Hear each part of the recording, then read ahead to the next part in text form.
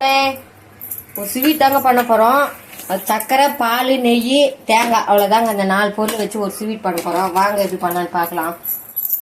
1 cup நெய் ஊற்றிக்கலாம்.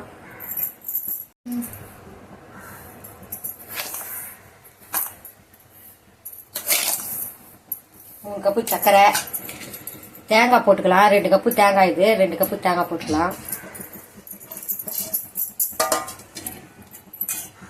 பால் 2 cup ஊற்றிக்கலாங்க. அவ்வளோதான் இதுக்கு தேவையான பொருள்.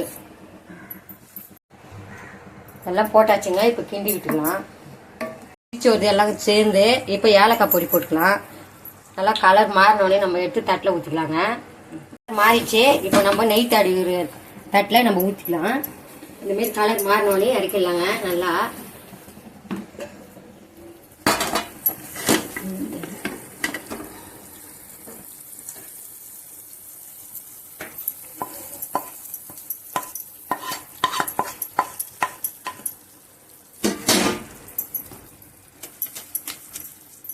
லெவல் பண்ணிக்கலாங்க.